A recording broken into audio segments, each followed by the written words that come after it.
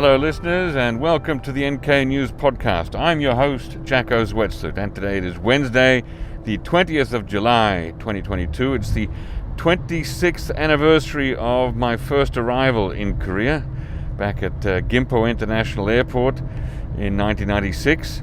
And we're now on the, I am traveling in a car driven by retired Lieutenant Colonel Steve Tharp. Hi, Steve. Hey, Jacco. And in the back seat we have a retired ROK Colonel, Jee Hong-ki. Hi, Colonel Jee. Hello, Jacco. And we're in a car driving on the Guri to Pocheon Expressway because today we're making a special on-the-road episode. We're going to Cheorwon, which is a county that borders on the Demilitarized Zone. And we're going to go and look at some places there into North Korea. Jacco Carroll, the founder and managing director of NK News and NK Pro, will meet us up there in Cheorwon, and we'll hop on a bus and look at a number of interesting sites. On the way, on this expressway, we're going to take a little stop off to check out a 38th parallel marker, which is one of the places where the... no, says Steve? Nope. It's after the expressway ends. After the expressway ends, we're going to stop off and look at a 38th parallel marker, which is where the North Korea's 4th or 5th Division, one of the divisions, came south at the very beginning of the Korean War in June 1950. So we're going to recall a little bit there with some educational material from Steve Tharp. There'll be lots of educational stuff from Steve throughout the day. Are you ready, Steve? Have you got your files activated and your chip on? We're ready. Excellent.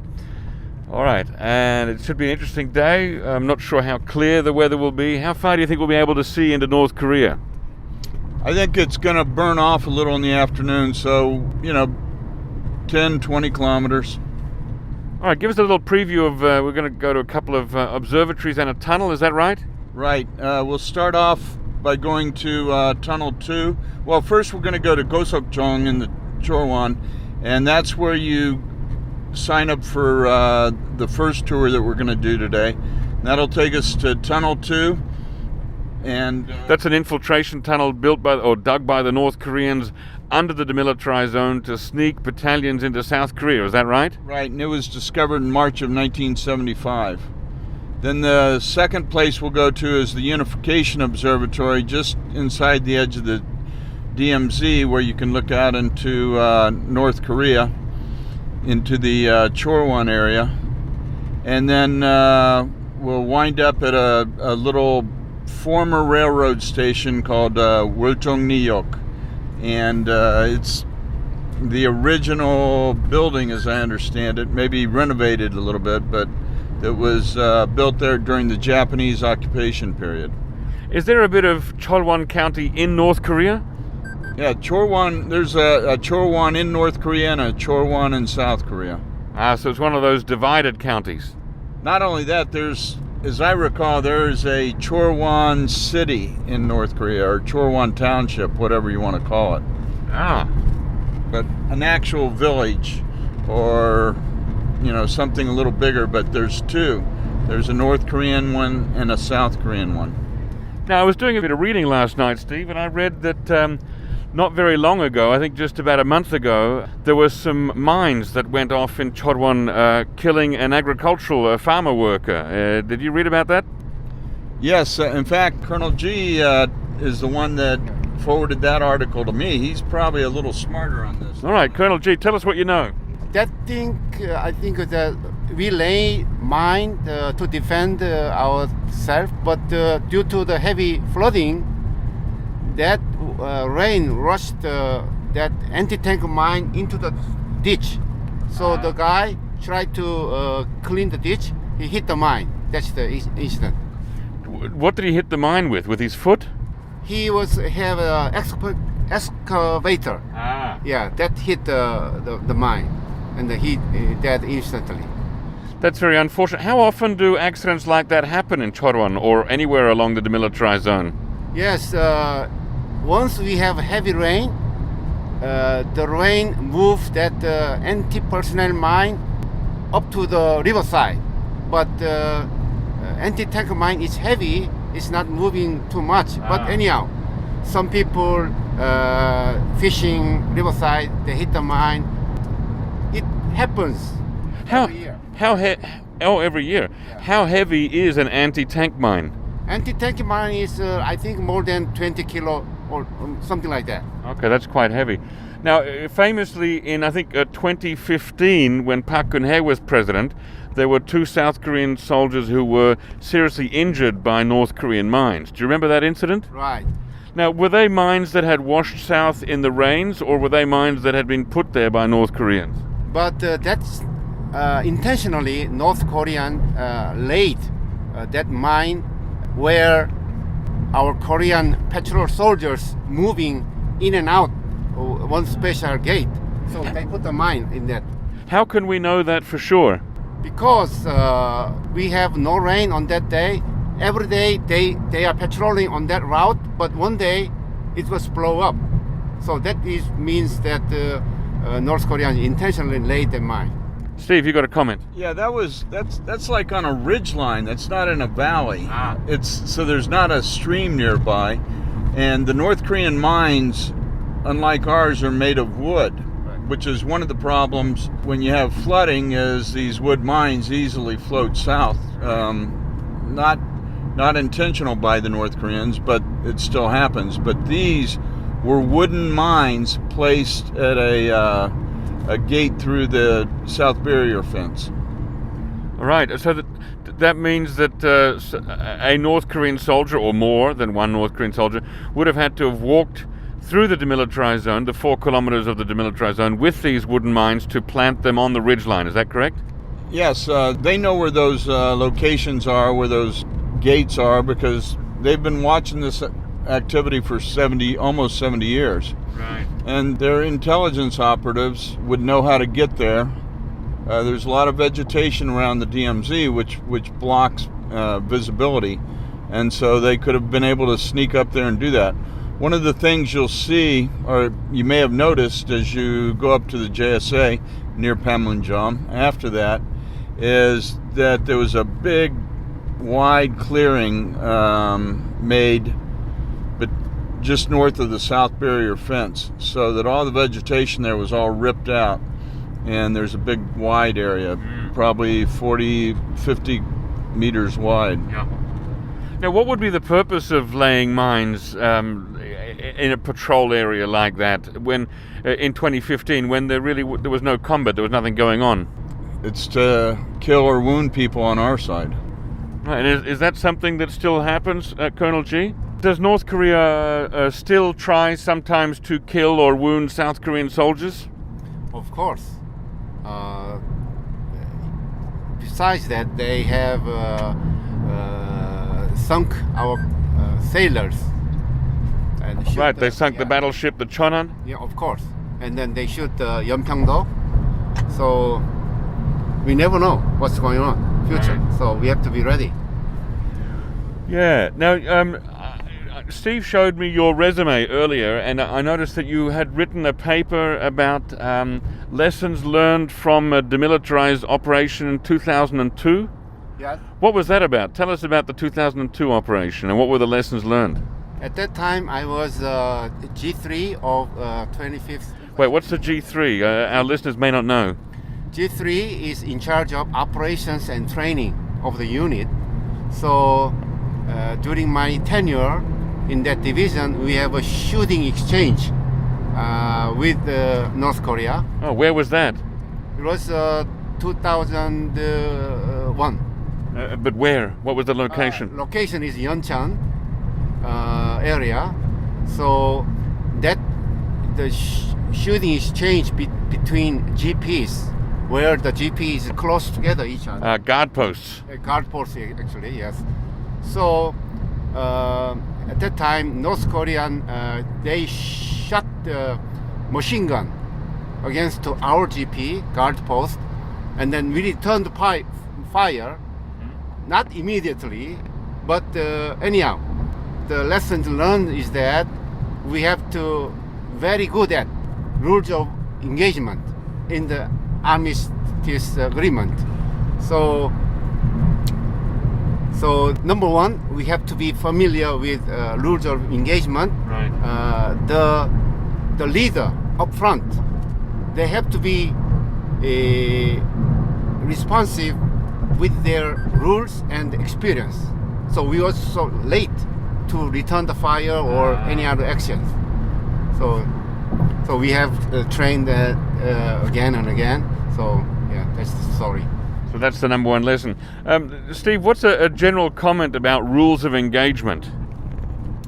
Well, as we've talked before, rules of engagement are usually classified confidential or secret because you don't want the bad guys to know exactly what you're able to do and not able to do. You know, it's similar to the dog being on a leash and the cat knowing exactly how far the leash goes, and the dog staying, or the cat staying just outside of the leash range so that it can torture the dog. Right. So each side has its own rules of engagement, and the best thing is to not publicize it to the other side. Yeah, if you publicize your rules of engagement, then you've really made them ineffective. Okay, but is it a general rule of engagement that if you're fired upon, you fire back? Yes. All right.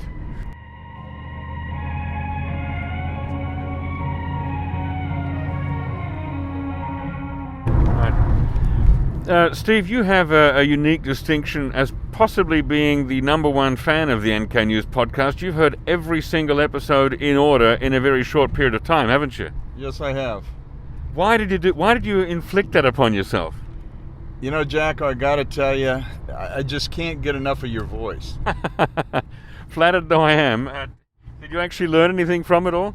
Yeah, I would listen to podcasts here and there, and they just seemed out of sync. And by going back and starting with number one and working from front to back, made a lot more sense. It was almost like an audible book for me. And you learned the same way that I did? Yeah. Or in the same order and the same speed, more or less, yeah. Right. And so when you would make comments, they would be more logical because I'd already heard about this on another podcast. Right. And you've been very kind to go up and write reviews on Spotify for us, haven't you? Audible. On Audible. Yes. How many reviews have you written? Since I caught up, I'd say probably 13 or 15. Wow, that's fantastic. Thanks very much for writing that. We do, of course, encourage our listeners always to leave reviews and to share podcasts. Have you ever shared an episode with anyone, Steve? Yes, I have. I share them all the time. Awesome. Do you have any favorites? The ones I'm in. Obviously. Well, then today will be an instant favorite even before you hear it. Exactly. Excellent. Have you ever heard the podcast, Colonel Jee? I heard of that before, but it's my first time because he gave the link of your news, so I listened to that. That's my first time anyway. Thank you. We have about 250 episodes now, so there's a lot of hours of listening pleasure for you when you have nothing else to do. Yeah, actually I'm very impressed of that subject where it is related to South Korea. There are so many experts. We can get some kind of advice or some kind of insight to listening your podcast. Thank you anyway. Well, thank you. And I noticed from your resume that you also have some interesting work experience. For example, you were the military attaché to the South Korean mission to the United Nations, right? So what was that experience like? Yeah, UN, actually the main job is to peacekeeping. So every member country like Republic of Korea, we have peacekeepers. That's why I have dealing with that business with UN headquarters. Did you ever meet any North Korean diplomats when you were in New York? Of course. Yeah. How was that experience? That was very interesting. However, North Korea is a member state of UN. They do not participate in peacekeeping operations, which means they don't have military attaché. So who would you meet then? A political officer? Yes, the political officer. They have a double job. But anyhow, they are participating in the meeting, what's going on in the peacekeeping operations in UN. Just they are monitoring, and maybe they are sending that information to the headquarters anyway. What are some different peacekeeping missions that South Korea has participated in over the years? As you know, we have a lot of overseas mission under UN or under bilateral agreement or regional agreement. So people say if South Koreans are working outside, they think it's peacekeeping, but there is a different in terms of it's under UN flag or under bilateral agreement or something like that. Right. Can you name some examples of UN flagged peacekeeping missions that South Korea participated in? Yes, we participated right after we got a membership of UN. That was early in 1995. But currently we have two contingents, one in Lebanon, one in South Sudan, that composed of 300 or 400 personnel each mission. So another one, we have a military observer, military staff in each mission. That was deployed by individually, not the contingent. So totally we are engaged around 800 personnel.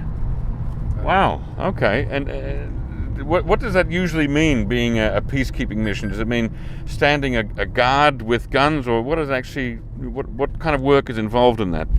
Okay.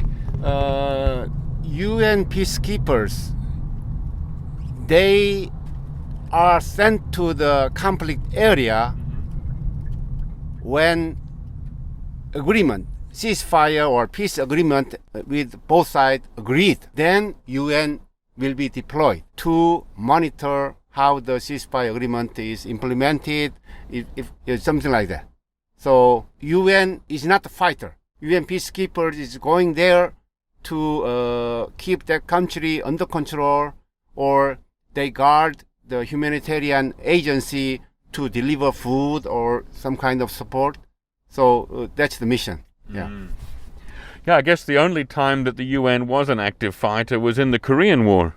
Yes, that's first time for the UN with the fighting mission. Right. But before that, there is a lot of observer mission, like to Middle East. There is a war between Israeli troops with neighboring Arab countries. That was the observer mission, not contingent. But during the Korean War, under the UN resolution, the 16 countries sent the troops. That is the one and the most UN involved since it was expected. Steve, where are we now? We're just past Pocheon. We're still in Pocheon County, and we're about probably 10 minutes away from the 38th parallel.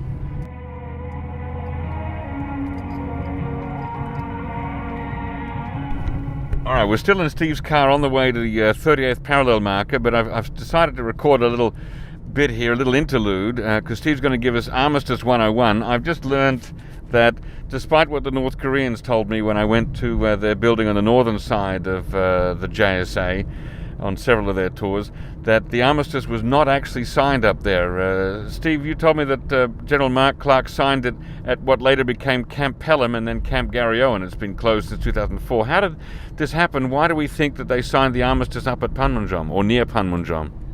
The armistice was exchanged at Panmunjom by General Harrison and Nam Il, and they signed their part of it at 10 o'clock in the morning on the 27th. In that building built overnight by the North Koreans? In the building built overnight by someone. Okay. But there were 18 copies of the armistice that were first taken to Munsan, then brought back and taken to Kaesong. In Munsan is where Mark Clark signed. Kaesong is where Peng Dewai, the commander of the Chinese People's Volunteers, signed, and then up to Pyongyang, where Kim Il-sung signed it. Not exactly sure of the order, but then they were finally returned, and we received 6 copies, 2 in English, 2 in Korean, and 2 in Chinese. So you said there were 18 copies in all. So does that mean that North Korea got 6 copies, the Chinese People's Volunteers got 6 copies, and the UNC got 6 copies? Yeah, unless I'm wrong, I'm pretty sure that's the way that it happened. Okay, and so there were multiple signatures on each of these documents then. So you mentioned General Clark and General Harrison. Right, there's 5 signatures on each one. General Clark and General Harrison and Na-mil signed below the signatures of the commanders. And why was that?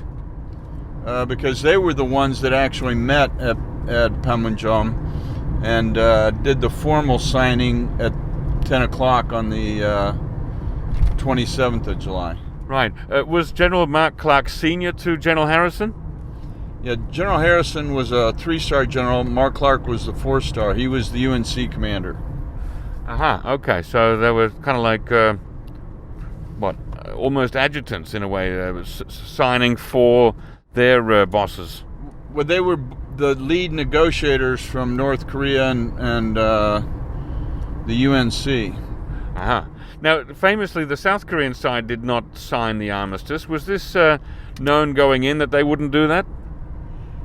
The armistice was signed by the military commanders, and so Mark Clark signed on behalf of the United Nations Command, and because he had operational control of the South Korean forces under United Nations Command, then that's why it was done that way.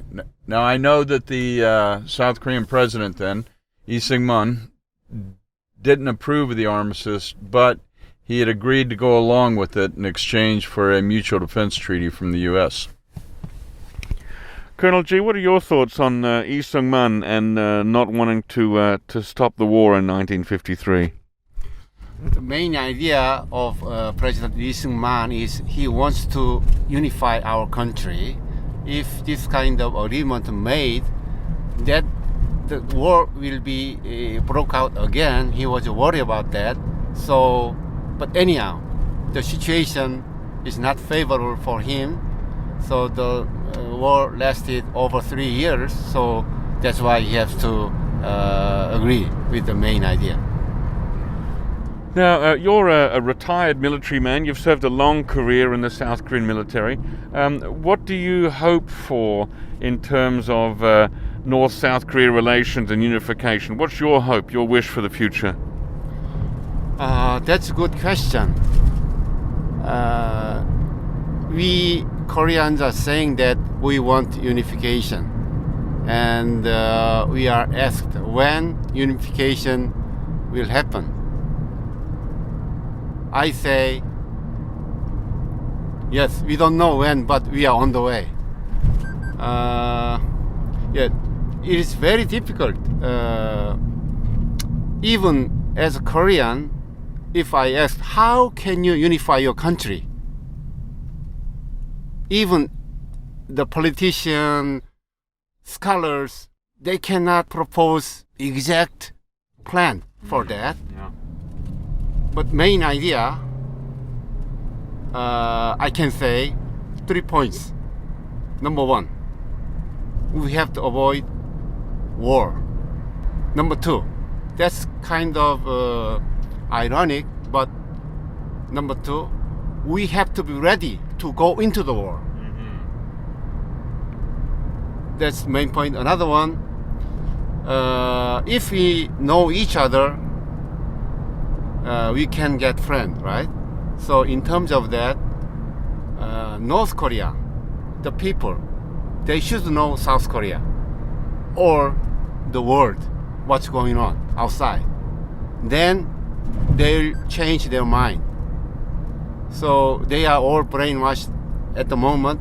They never know with outside. So we have to have some kind of operation that common North Koreans should know what's going on outside of their country.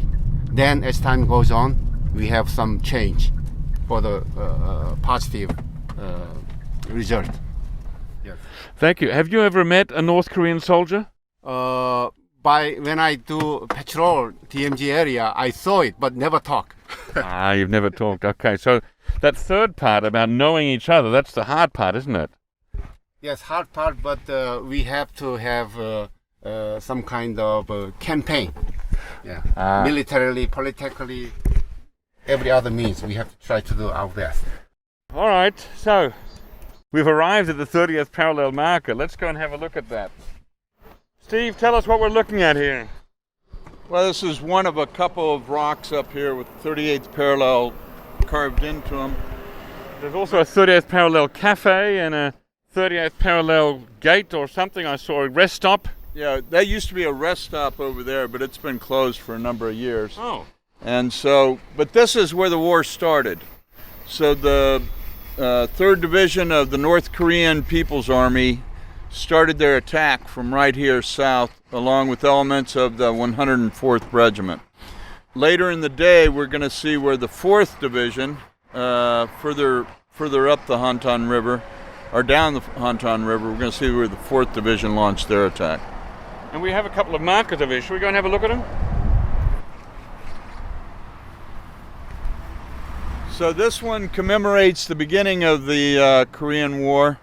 And you can see it's Pocheon City, and we've got an American and a South Korean flag in a little altar in front of it. This looks like quite a recently made memorial. Doesn't look very old. 2004. Okay, yeah, it's pretty recent. Yeah. Whatever the rules are. Okay, it is 10 to 10. We've met Chad. Hi, Chad. Hey, Jacco, how's it going? Welcome on the podcast, and we're looking for Colonel Jee, who's getting some drive red.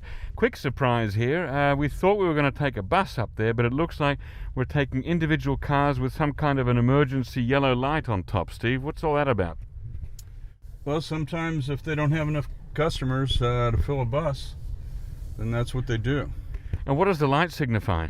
I guess it just tells the guards at the civilian control line that we're part of this group. It reminds me of so many police dramas and cop films where they would drive an unmarked car, and then at some point the guy would open the window, like I'm doing now, reach his hand out, and then thunk a light on the top with some kind of magnet or suction cup. Starsky and Hutch. There you go, Starsky. Yeah, well, in every country we had versions of them. What actually affixes these lights to the roof? Is it a magnet? I assume so. All right. Okay. Hopefully that doesn't ruin your paint job. And you say that Colonel Jee is getting some kind of education in how to drive. Well, he's getting some instruction on what to do and what not to do. Okay. So who puts on this tour? Is this organized by Cheorwon County? Yeah, Cheorwon County runs this one, and also the one we're going to in the afternoon at Unification Observatory. Uh-huh. And so this tour includes, as you said, the second tunnel and the Peace Observatory. Right, as well as the train station, Woljongni-yok. Okay. All across the entire DMZ, at almost every place it's run by the local county, or city in the case of Paju. Right. There's a couple that aren't that way. One of them is Odusan, which is actually run by the national government. Huh? And so it overlooks the Han River estuary, the mouth of it. But the rest of them have a tie. And the other thing is the division commander in that sector also is involved in making rules. Ah. And so that's why when you go from place to place, the rules are different because you have a different division commander. Right. So we're here in the 6th Division area, over here on the west side of the Cheorwon. When we go to the east side to the 15th Division area, it's got a different commander and a whole different set of rules. What would be an example of a different rule? Well, we can't drive a bus onto the observatory over there at the Victory Observatory, Sungni. Jigga? 네. Oh, Steve's got to get out and get some education. All right, so we'll just wait here then, Steve. Oh, excitement. Chad, I saw a story yesterday when doing some research to prepare for this tour that Quintana, the former UN Special Rapporteur on Human Rights in North Korea, made a trip up to Cheorwon just a couple of weeks ago and visited one of the observatories that we'll be seeing today.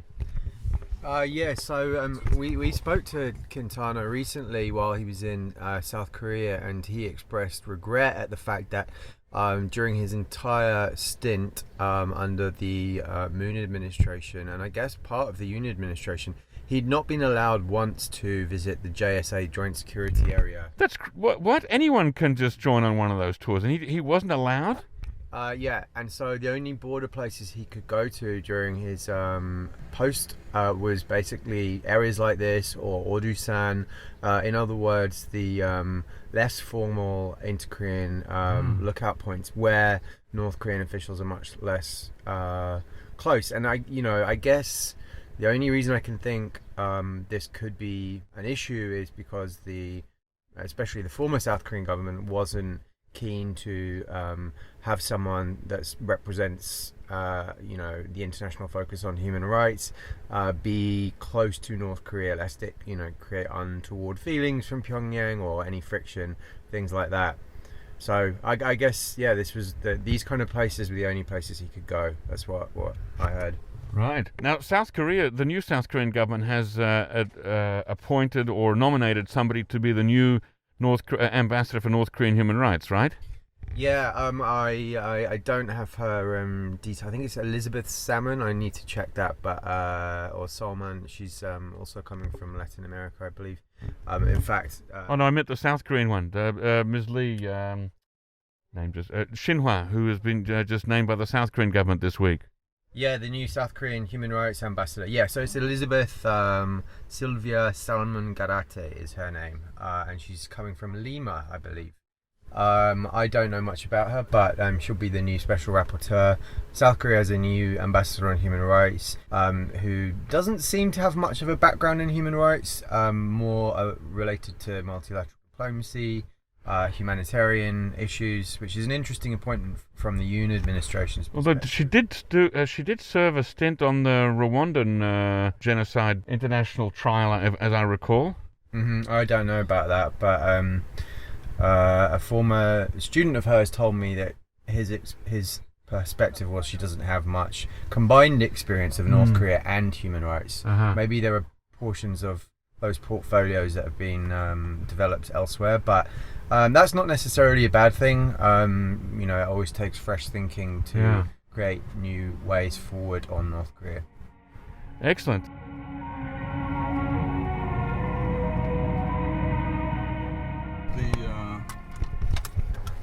The tunnel is still closed. Oh, because of COVID? Right. Originally, it was supposed to open at the middle of last month, but it now they're saying at the end of this month. Okay, there'll be no tunnel visit today, Chad. Okay, no. Still closed for COVID. Okay, so I see here on the paper map that they've given us, Chad, Steve, that they've actually crossed out number 1. So tunnel is not there. So the first thing we're going to do is see the observatory. Right. The Cheorwon Peace Observatory.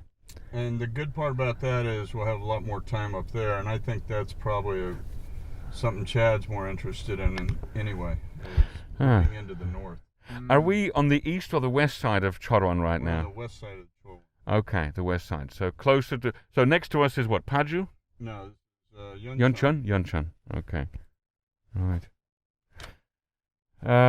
So I saw last week that there was a firefight here in Cheorwon back in 1992 where 3 North Korean infiltrators had somehow gotten south of the Demilitarized Zone and even south of the civilian control area, I think, Steve.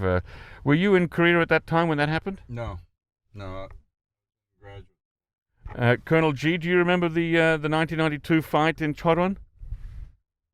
I'm not so good at the date of them, but I'm not sure. Maybe.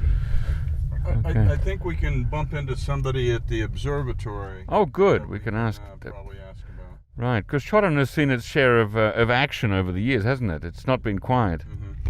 And also, we don't know exactly where. Again, there's 3 divisions here. Yep. And we're going to go to 2 division areas today, and it could have been in the 3rd place. All right, our convoy of tour vehicles has left, and we're heading towards the Peace Observatory. I've never seen a tour done like this with so many individual vehicles all sharing the same yellow light stuck to the side or the roof. This is similar to the way they do it at Victory Observatory, as we'll see this afternoon. Difference is there's no light. Ah. Is that one of those different regimental rules that you mentioned? Yeah, it's not regimental, it's divisional. Divisional rules, right. Yeah, they come up with these things, and they're dealing with the local, well, the local government and the local division are dealing with each other on it. You know, it's interesting, further to the east of here, between the Cheorwon and the east coast, there's two more observatories and a tunnel, and the one just east of Victory or Sungni Observatory is called 7 Star because it's that's in the 7th Division area. A lot of these names come from the division's name, and so, or the division's slogan or whatever. But in that case, the observatory itself is technically in Cheorwon, but because the division is mostly located in Hwachon County, then Hwachon County is the one that runs that observatory. Ah. Now, I had a question for you about Cheorwon. Let me explain what we're looking at here. We're looking at a big open plateau. You're hard pressed to find this open area, as you'll see as we're driving north. And originally this was North Korea. You know, we stopped at the 38th parallel marker.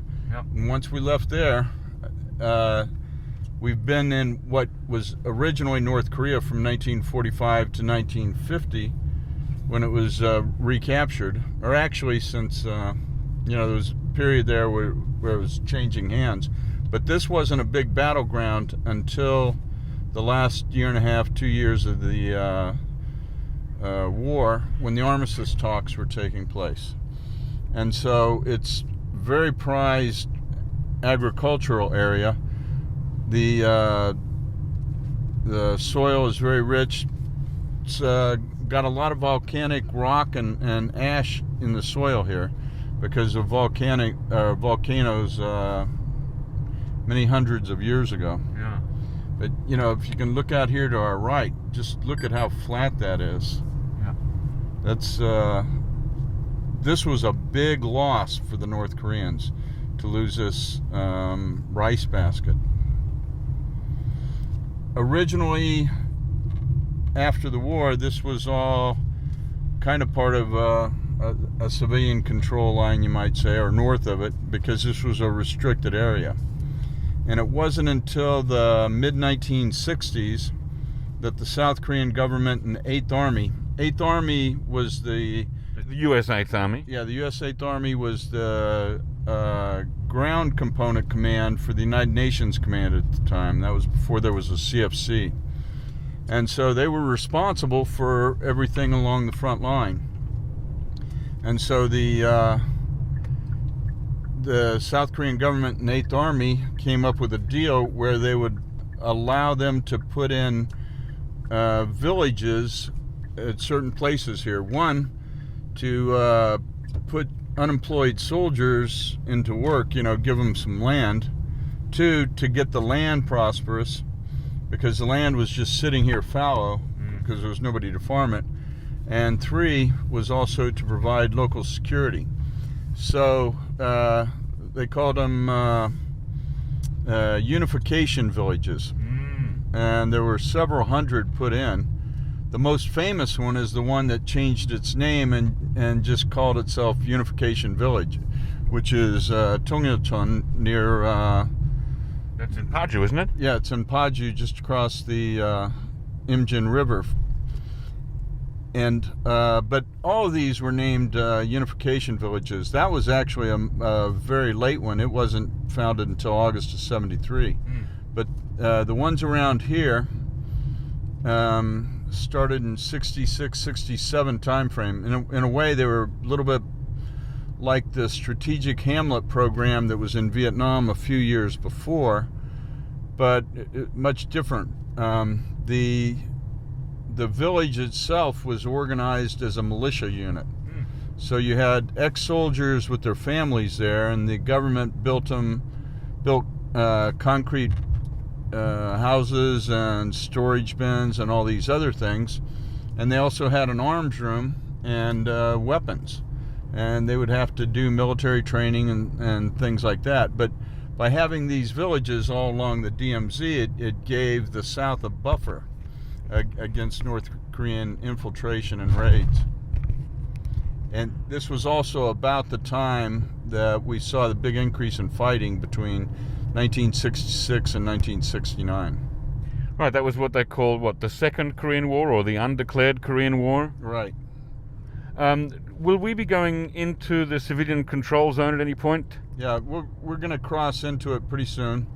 And one of the points they gave us in the driver's education was, don't take pictures of military facilities, especially once we cross the civilian control line.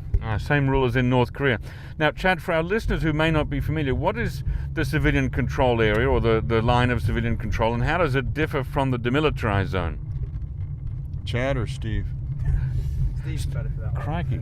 Steve, for our listeners at home who may not be familiar, what is the zone of the civilian control zone, and how does it differ from the demilitarized zone?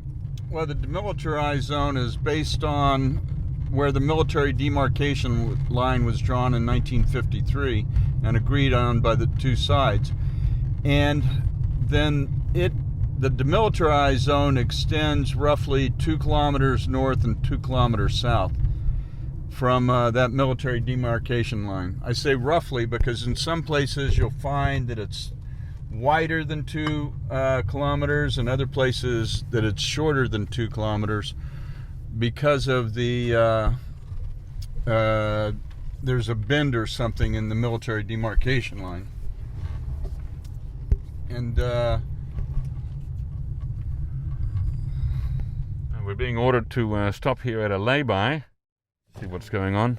I think they're just making sure they've collected up all the lost chicks. Okay, so keep talking about the civilian control area. So anyway, then from the southern boundary of the DMZ, which may or may not be marked with a fence, usually it's not, the south barrier fence there is usually either inside or outside of the DMZ, rarely just perfectly aligned with it because the terrain.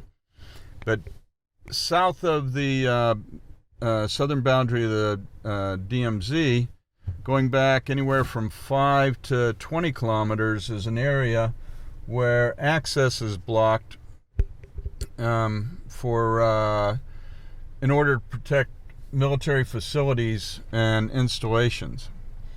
And so you have to have permission to go up there. For instance, we're going to go through the civilian control line, and you're going to see farms and stuff up there. Yeah. And those people have been cleared, and they've got passes that allow them to go into the civilian control zone. Now, I presume that civilian control zone was something set up well after the armistice, is that right? Right, it was set up after, well, it was probably in effect during the war. You know, you don't want the non-combatants getting too close to the war, but I haven't seen any records of that. So, quick question. So yesterday I was at the Panmunjom, and you know, on the highway where there's that control, there's the highway that leads to North Korea, and then there's that control you have to go through. We were all, as journalists, assembled there, and then several of us needed to use the restroom, so we started walking towards the control line. And as soon as I got close to it, an alarm started going off, and then soldiers started running towards me at like the top speed they could possibly do, and were like, stop, where are you going? And I haven't seen that kind of response at other civilian control lines. I'm just wondering, do you know why that would have been such an extreme response at that one? Again, everything's local. Yeah. and so there was probably a concern with all that media around. That probably, made them really tighten up on the security. Right. Anyhow, the civilian control line goes down, and it's usually only enforced along the roads. So, if you wanted to sneak through the fields at night, you might be able to broach it. But I'm not sure what you would do after that, because there's still going to be a fence between you and the DMZ anyway.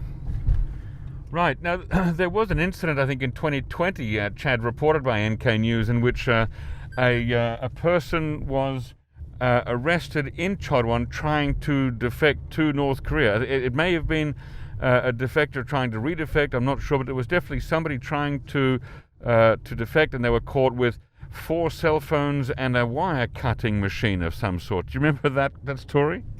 I don't remember that one, actually. When did you say that was? In the middle of 2020, maybe as late as September 2020, but it was definitely in 2020, so about 2 years ago. Yeah, vague memory. So they didn't make it, I guess, then? No, they were definitely caught. There have been times when people have gotten across. Kanghwa-do is apparently a popular place to get across, where you were most recently, Chad. Yeah, and I often think it might be quite easy from Kanghwa-do if I was interested in doing something like that. Remember, in the early days of the COVID pandemic, there was a defector who redefected. He had actually swum south to Kanghwa-do and swam north again from Kanghwa-do and was spotted entering the market of Kaesong, his hometown. Chad, do you remember any of the details of that story? Yeah, that's right. He used some kind of gutter under the fencing, went down it, and then got access to the Han estuary and swam across. But yeah, so we were there last week, and we spent an overnight in Kanghwa-do, and we were right adjacent to the border. We wanted to go and see what it was like at night time, to see what the electricity situation was like in North Korea.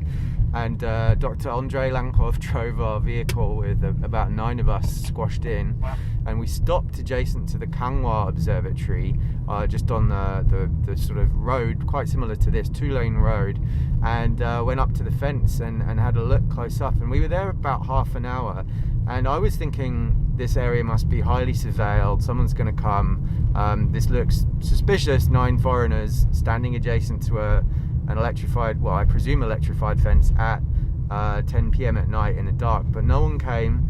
And it made me think that this border is not as highly monitored and surveilled as some people maybe think. I don't know if Steve, you have any thoughts on that? Yeah, Steve or Colonel G. I'm interested in hearing both of your thoughts about the level of security along the fence line. Oh, just briefly, see that little black thing there? Yes.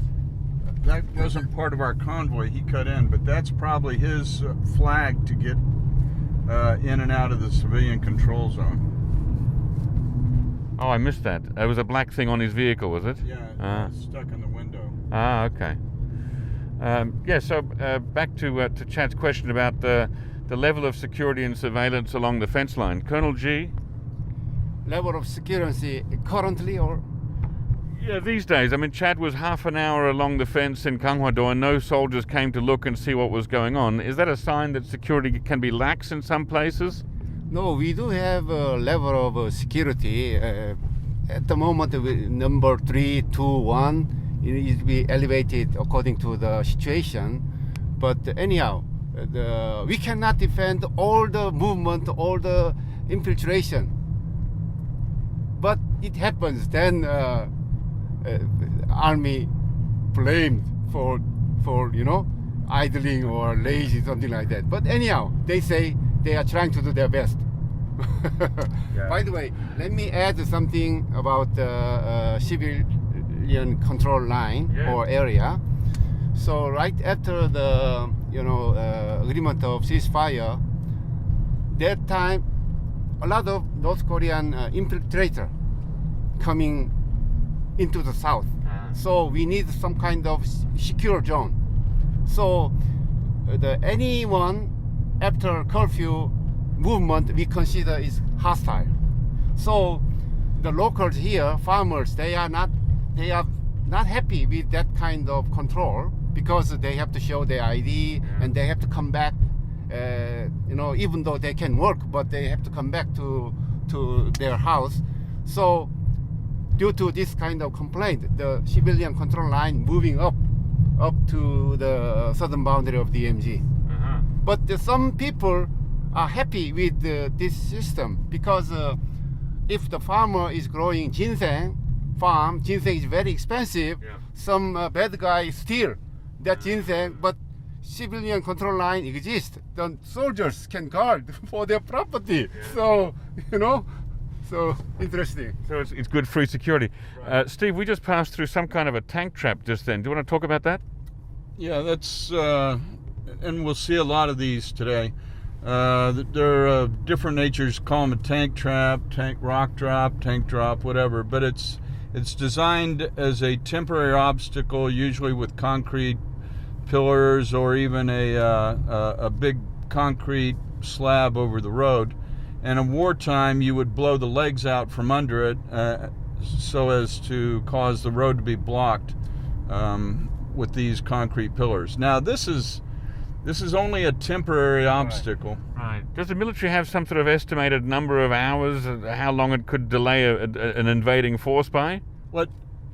See, obstacles, I was an infantry company commander, and the rule on obstacles was you always observe your obstacle so you can kill the people trying to clear it. Right.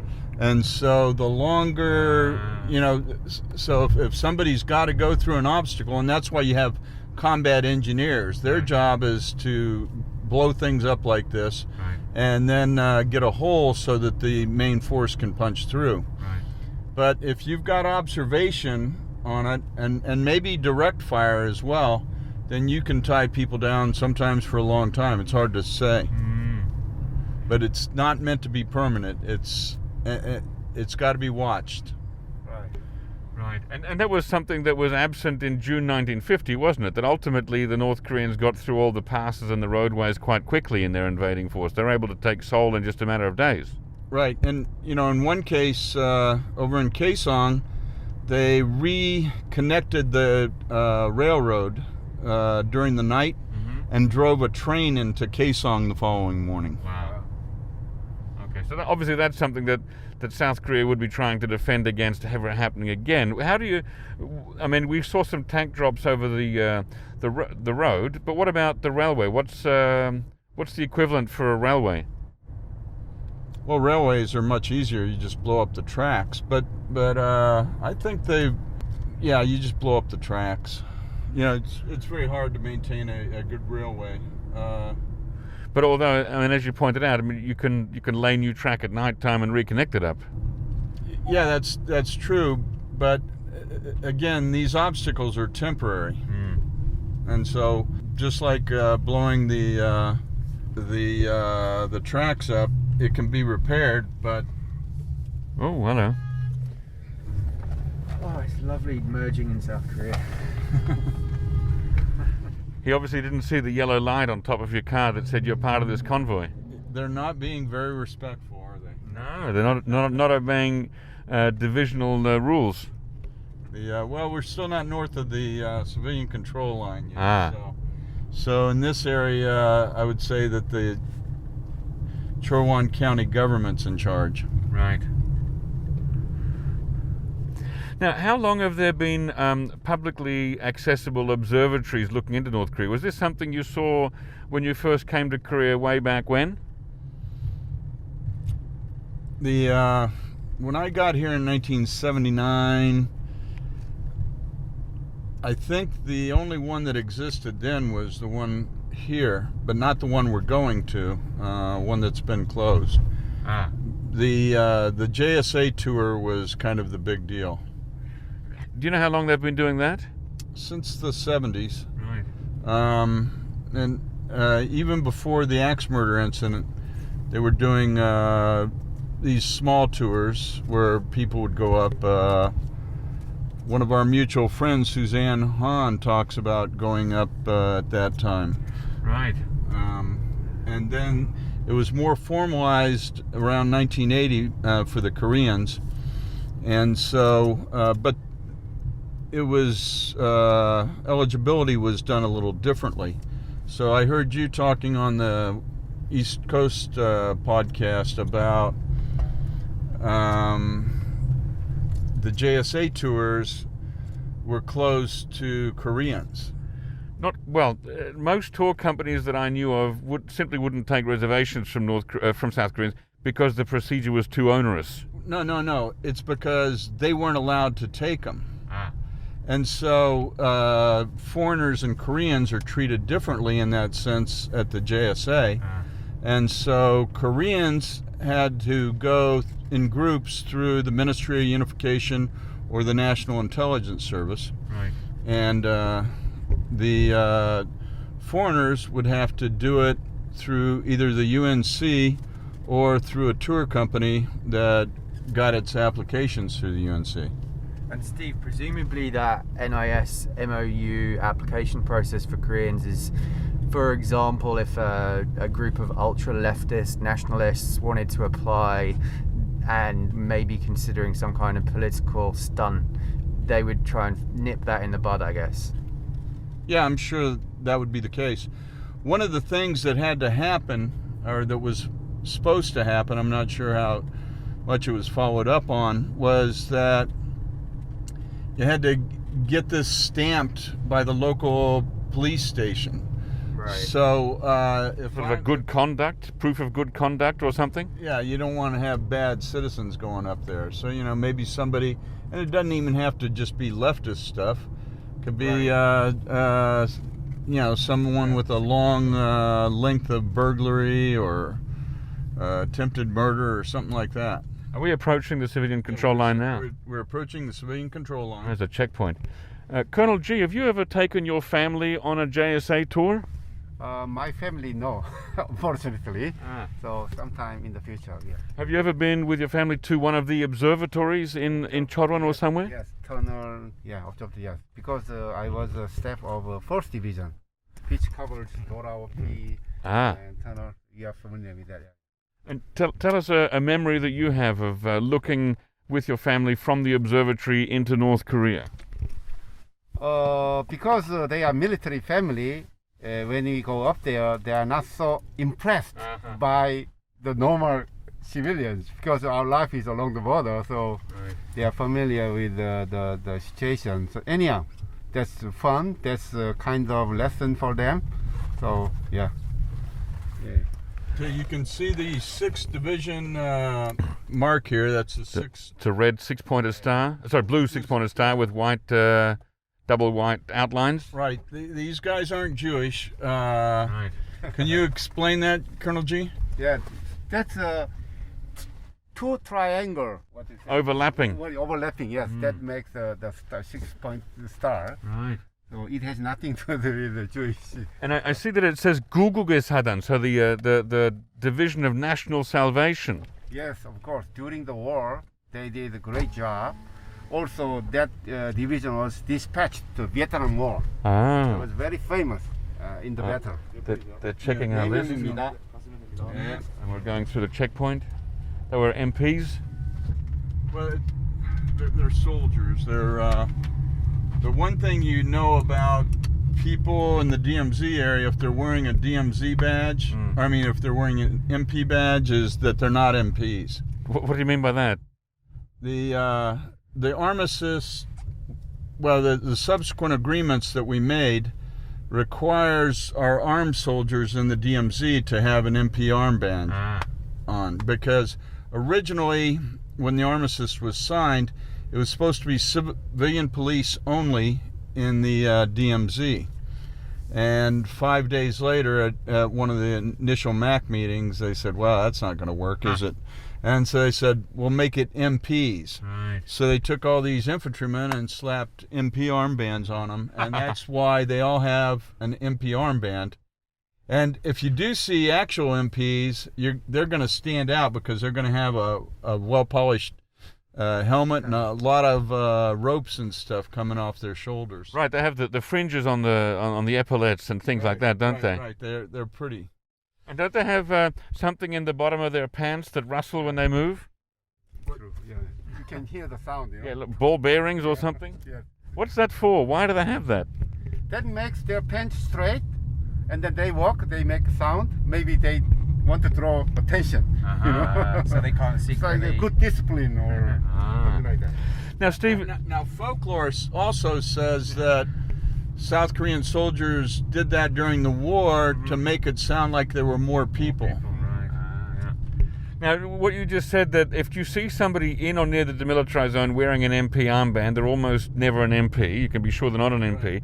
That reminds me of something we talked about last week, that at the JSA near Panmunjom, if you see a South Korean person wearing a Red Cross badge, you know they're not from the Red Cross. Can you elaborate a little bit on that? Well, in the old days, when I worked up there, we had guys from the NIS and guys from the Ministry of Unification, and they all wore Red Cross badges and acted like they were part of the Red Cross. Why is that? I think it was to just maybe be a cover or something, you know, so that when we had Red Cross talks at the JSA, there was actually, it was unlikely there would be Red Cross guys there. It would be North-South talks. Isn't that because the Red Cross were technically the only two institutions in the two Koreas allowed to talk to each other? I don't know the answer to that. Okay. How often? I know in 2017 there was an inter-Korean football match in Pyongyang, and a small group of South Korean quote-unquote spectators went, and I subsequently learned it was a large number of Ministry of Unification staff undercover as spectators. So yeah, I think... Were they also wearing Red Cross badges? Probably not. But yeah, it does make you think about the when you have inter-Korean sporting events, the people that accompany the sports persons, what their real assignments are. And I'm sure when people came to the Winter Olympics on the North Korean side, they were similarly from various institutions of government concerned with ROK issues and so on. Colonel Jee, I think the first North-South talks in 1972 involved the Red Cross, didn't they? Yes, of course. Yeah. Red Cross, as you know, that's a worldwide humanitarian organization. So we borrowed that one. But actually, North Korea, they don't respect, you know, international organization. Anyway, under the Red Cross name, we had a talk. South Korea visited North Korea for the first time. Right. Yeah. So anyway, one more thing regarding this 6th Division. 6th Division is very proud of their achievement. When during the war, when we go up to the Dumangang, Amnokgang, those unit is the first guy to reach Amnokgang. They took water in by the canteen. Yep. Then they brought to that canteen to President Lee Seung-man. Oh, wow. Lee Seung-man, they say, "Oh, we are almost to unify our country, sir." Then he drank. That would have been in October 1950. As Steve points out, the Amnokgang is the Korean name for the Yalu River, the border with China. Okay, now you can see the observatory to our front. That's where we're going to. The white structure? Yes. Okay. And then off to the left is where Woljongni is, and is also where the original observatory in this sector was. The one you said is now closed. Right. We'll see that after we leave the observatory. Okay, I'm going to stop recording for a bit and then start recording again when we get to the observatory.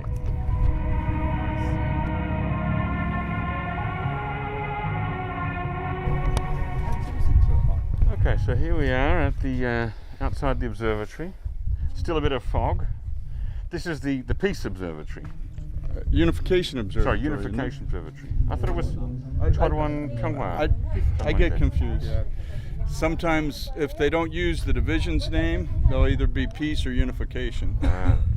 Okay, so we're looking over into the Cheorwon of North Korea. Right. You can see here, there's this looks like some kind of South Korean guard post here. Yeah, you get South Korean guard posts here, right there, over there. White Horse Hill. Ah, And so we will end up the day just south of there. why do I feel like I saw a white horse marker in Dongducheon?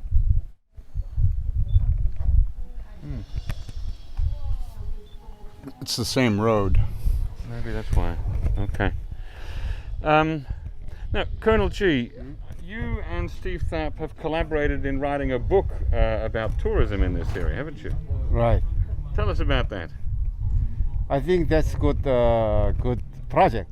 I'm very honored to work with my good friend Steve Tharp. Yeah. I do my best in my part. He will do his best in his part. So we can have win-win strategy. What do you contribute to the book? What kind of information do you give? Mainly, I'm more focused on the eastern border, and they develop new bike trail. Yeah. So I'll do bike trail information. You're a keen cyclist. Yes. He cycles everywhere. Have you cycled all the way along the Demilitarized Zone? No, but I. Look. This is the North Korean guard post there. See the flag? Yeah. Ah. There's a North Korean guard post right there. Chad's got some good photos coming up. Sorry, I got excited there. That's excellent. No, it's good. Good to catch that on audio. The 4 tire. The North Koreans never fought here. What? Never? No. Wait. These were Chinese units in this area.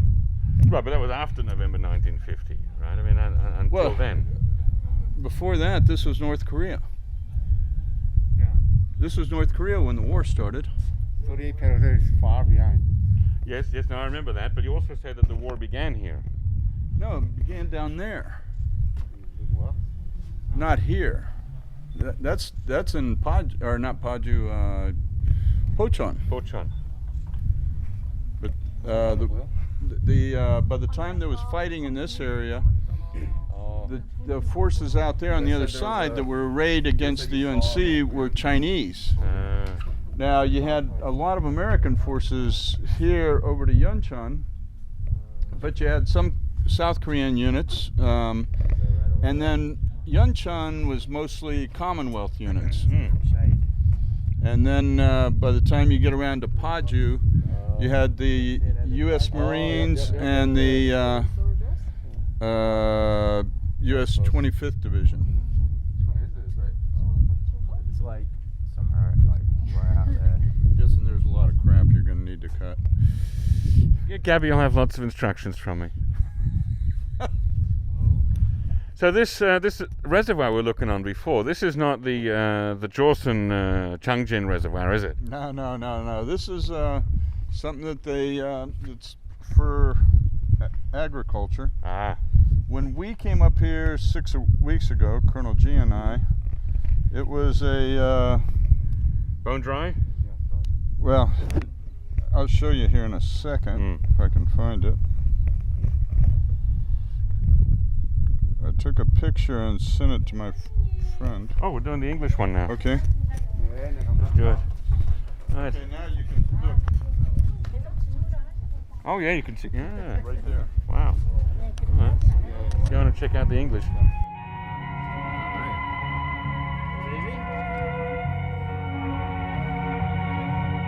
Colonel Jee and Steve actually both coming together. We're looking at an exhibition showing the 4 different tunnels. Now, I remember hearing many years ago that there was a North Korean defector, a military defector, who said he had personally been responsible for tunnel digging, and that there were many, many more than 4 tunnels. Do we know how many tunnels there are under the demilitarized zone? We don't know exactly, but we assume that there is more than 4. It's for sure, because we have satellite imagery and defectors testimony, blah blah blah. But so far, we didn't found any more except those. But we have much better equipment now than in 1975. Why haven't we found more tunnels? It's anyhow. It doesn't matter with the technology. It's very difficult to find the tunnel. That's Also, the reason. that would assume that the tunnel has gotten to our side. You know, for instance, at Tunnel 4, we found that through technology. You know, they had Right. these things that looked through the rock and found the hole. But the North Koreans had stopped digging it 8 or 10 years before. And really, this would have been a horrible tunnel, the location. Also, Tunnel 2 here in the Cheorwon would have been a poor tunnel because it would come out in the wrong place. What's the wrong place? Well, they would have come out right in the middle of. Yeah, you don't want to do that. You want to come out behind the South Korean units. But How was Tunnel 2 found? Do you remember? I think it was a tip from the same guy that told us about Tunnel 1. I remember hearing that one of the tunnels was found using some method with water or steam or something, that they dug a pipe and... Well, that's Tunnel 3. Oh, that's Tunnel And that's, we knew there was a tunnel coming that way, and so they put boreholes deep into the ground and then put plastic sleeves on them, filled them with water. And when the pressure hit the bottom of that, it sent the water flying up into the air. Ah. We have a special unit to find the tunnel, so we dig a lot of holes. But right now, it is problem. This hole contaminate the water on the ground. Oh, yeah. So anyhow, it's another problem. Those are called TNT, tunnel neutralization teams. Would a tunnel actually be significant in winning a war? If you can get forces behind the lines to attack from a different direction, then that's always crucial. It's the same concept as airborne or air assault troops. Would they come in civvies? Like, would they be uniformed coming in through tunnels? Well, coming in for a general invasion, they would come in uniform. Even through a tunnel? Yeah. That would reveal. Yeah, but if they're coming in small groups to do espionage or something like that, they would probably come in civilian clothes. Yeah. We're being chased. Okay, we're going to go. This is what Tunnel 2 looks like, Chad. We can practice going through Tunnel 2. They were really short men coming under here.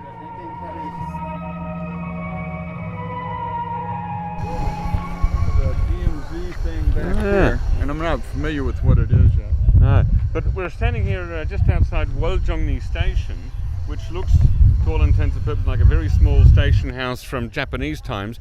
This is a station on the line between Seoul and Wonsan, the Cheorwon line, and we're right just meters south of the Demilitarized Zone. You could see the edge of the southern boundary, right?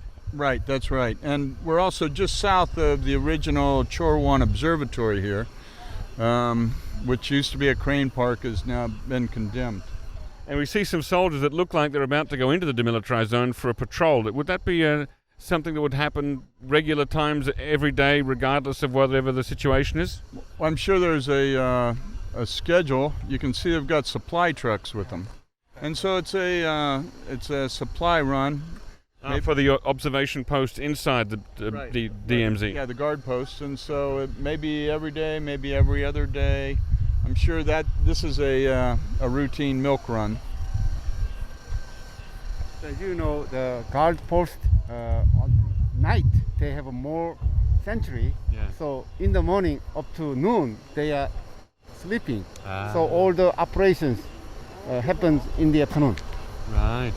That's why they are ready for the moving in convoy. And that military vehicle has a black flag on the front there, or was it dark blue? Huh? Blue flag. Blue flag. Yeah. Yeah, that's fine. All the UNC military vehicles have to have that blue flag. So when you go to the JSA, you'll see the security battalion with that kind of a blue flag. And so you'll see it across the area. Now if you see an UNCMAC vehicle, it's got a yellow flag. So when you get on a tour bus to go to the JSA, for instance, it'll have a blue flag, because that's a requirement under the armistice. Let's go and have a look inside the station. I see there's a bell there that looks identical to a kind of a similar bell that... I've just repeated myself. I see a bell there that looks almost like the bell that said Imjingak.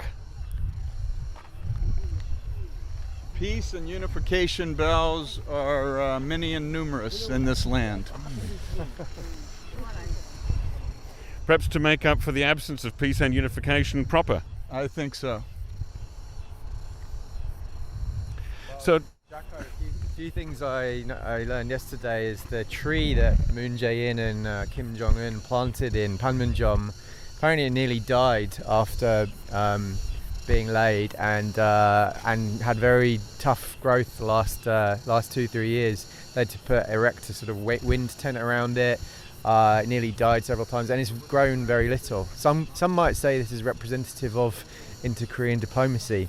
completely mirrors inter-Korean diplomacy. Yeah, that's very sad. Another thing I learned was that the blue bridge that Kim Jong-un and Moon Jae-in went to sit on and have tea, apparently it was erected very hastily by the Ministry of Unification for that summit, and it's also fallen into disrepair and has been visitors are not allowed to go on it anymore because it's become dangerous. Oh no! It also may be symbolic of inter-Korean diplomacy. Gee, did you see anyone from the NNSC on your trip to Panmunjom yesterday? On the bus we went past one of the Swedish officials, but we didn't get to stop to say hello. Here we see a what looks like a burnt-out, bombed-out train next to the train line, the railway line that used to go north all the way to Wonsan. From here we see a sign that says it's 104 kilometers from here to Seoul, and it is 123 kilometers from here to Wonsan. So we're almost halfway between Seoul and Wonsan. And if you keep going up the north, you end up in Najin, part of the Nason Free Trade Zone. That's 731 kilometers. Yes, Steve? The characters there, Chinese characters, are Cholma, for Iron Horse. Steve is pointing to his Cholma Publishing Iron Horse T-shirt that he always wears. That is where we came up with the name. Cholma Publishing is the company that publishes the series of guidebooks that Steve and Colonel Jee have written. Are writing. But, based on this locomotive and the two in the at Imjin Gok, then we came up with the Cholma. So. Cholma, the Iron Horse. Yeah.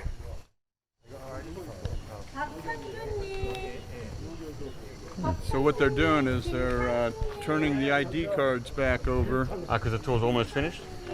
Well, they're going to release us when we get outside of the civilian control zone, and then we can go to the Workers' Party headquarters then, or we can just go straight to lunch in Kimhwa and hit it on the way back. Yeah, lunch. Lunch, because I got up at 5:30. Chad's been up since 5:30. Let's do lunch. I got it.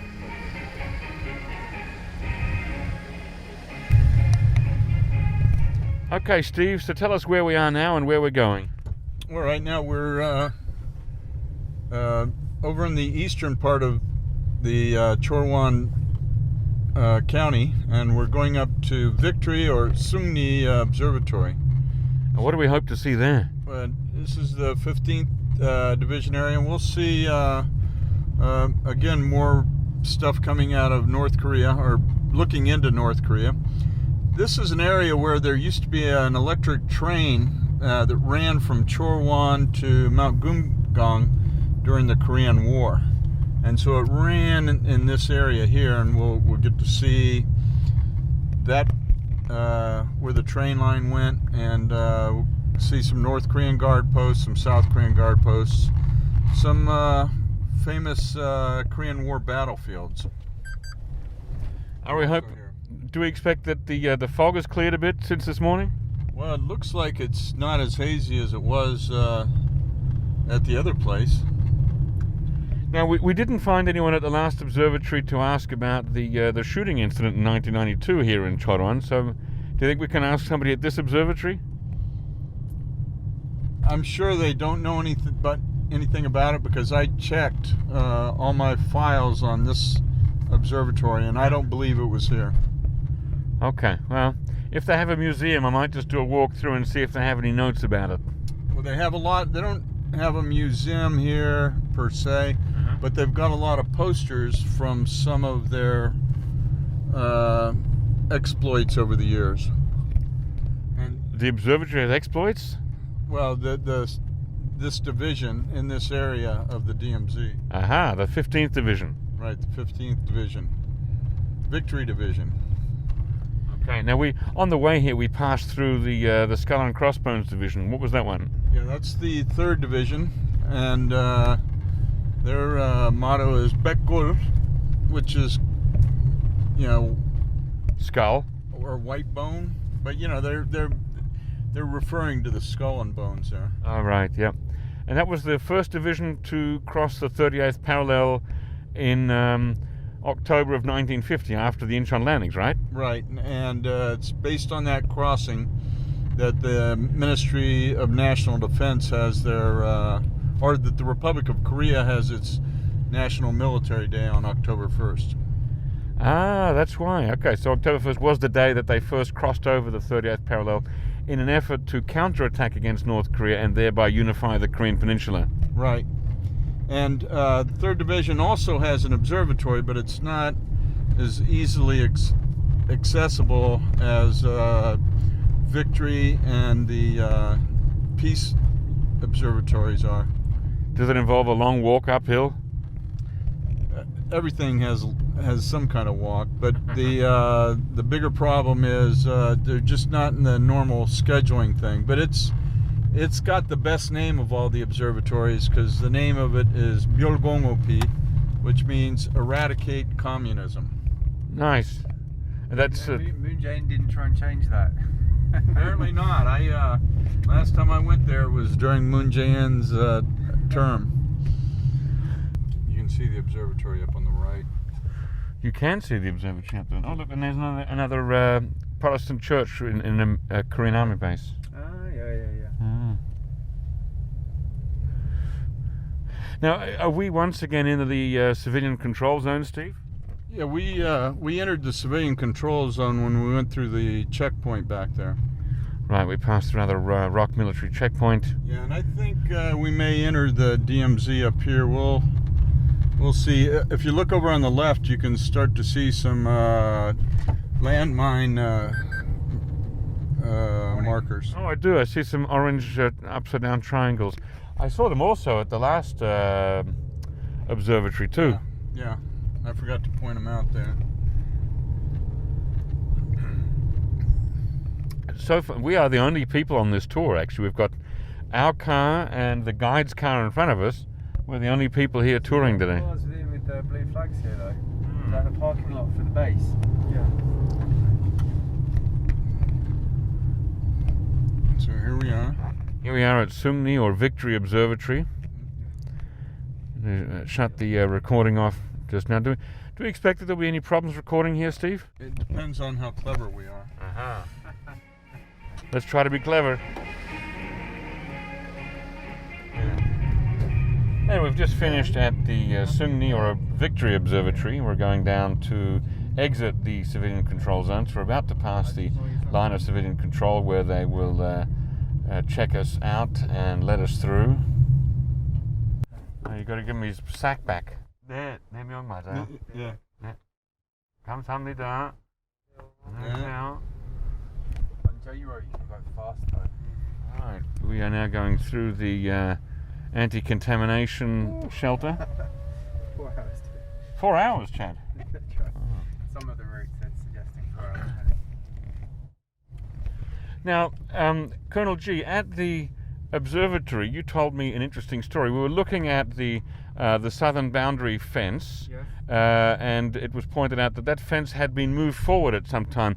Could you tell us once again that story that you told me up there, please? Say it close to the microphone. As you know, the DMZ outside from demarcation line to southern boundary of DMZ, there should be 2 kilometers. When you draw line along that regulation, maybe the fence does not give you fine observation.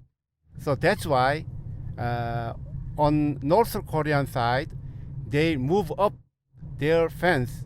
So we also did that with the permission of UNC. So that was my young officer most of my platoon leader friends working at the front, but I was in the reserve division, so I know a lot of my friends, platoon leader, were engaged with that work.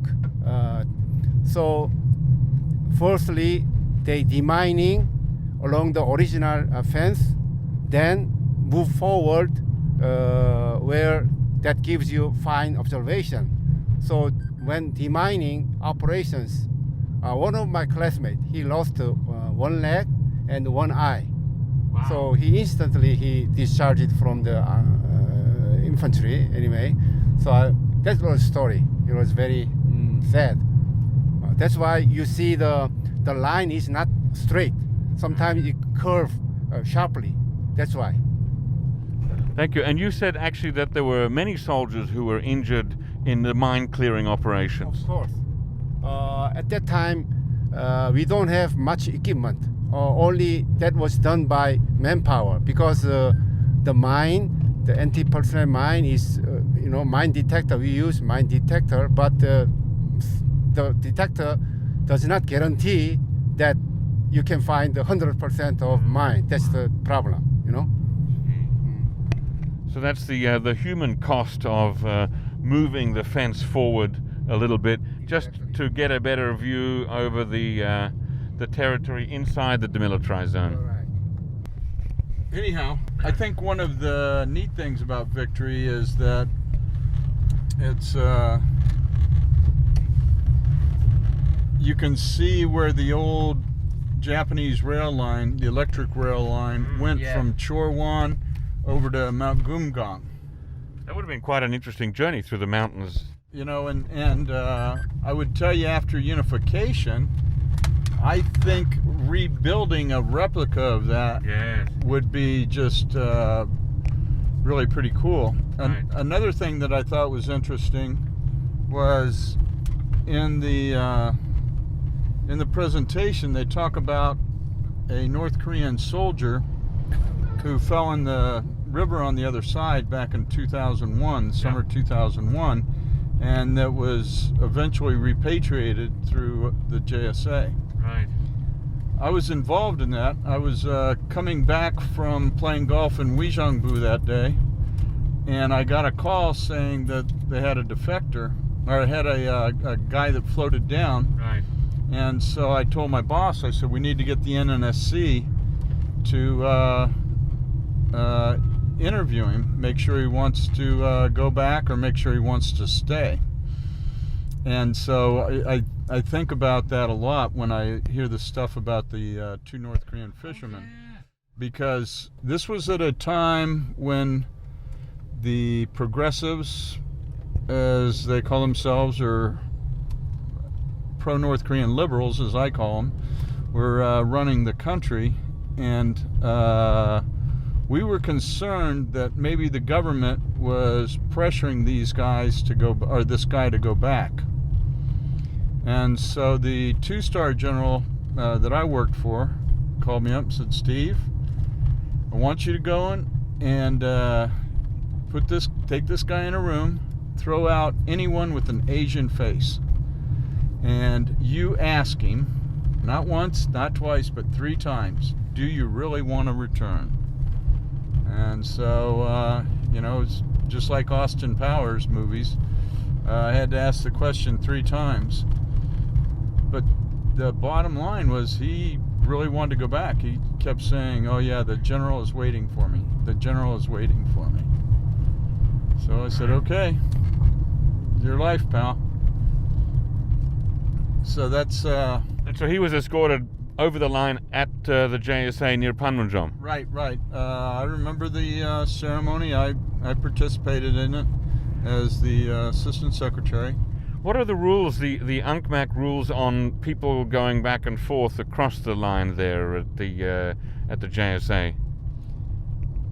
Well, the armistice is clear that the commanders of each side have to approve a MDL crossing, and or they have to approve someone entering the southern portion of the DMZ and the two MACs have to approve someone crossing the MDL, which is also the same thing. Crossing the MDL is the same as coming into the southern portion of the DMZ. So the UNC commander has to approve that. So there's an approval process that's in effect. And what has happened traditionally is for the military guys, we at UNCMAC would deal with our North Korean counterparts, and we would conduct the repatriation, whether it be a live person or remains, such as Korean War remains or even North Korean People's Army remains of people that drowned and floated south. And so we would always do those between buildings. Coming our way would be between buildings T1 and T2, and going the other way would be between T2 and T3.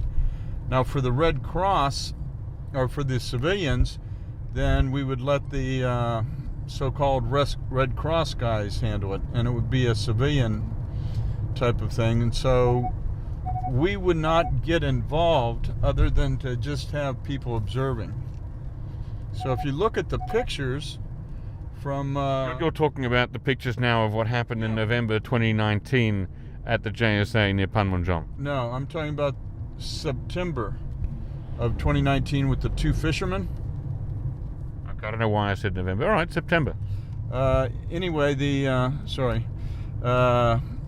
you can see an American Navy officer in the picture, and he's recording it because even though we don't get into the nuts and bolts of approving or disapproving whoever the South Korean government says to send, we still try to observe these things. And in that case, you can see the U.S. Navy officer filming the thing with his cell phone. It also looks from that photograph as if there are two NNSC officers standing in the background watching. Well, it looks like there's somebody in the background. I didn't really give those guys a hard look. I thought it might be security battalion soldiers. I thought from the uniform and the beret that it could have been an NNSC, but yeah, I might have been wrong. I didn't. I wasn't scrutinizing for that, so I didn't pay any attention. But it's very likely, because they would always try to show up to observe those things also. Right. And have you seen also the film footage of what went on there that's now been released? No? No. Okay.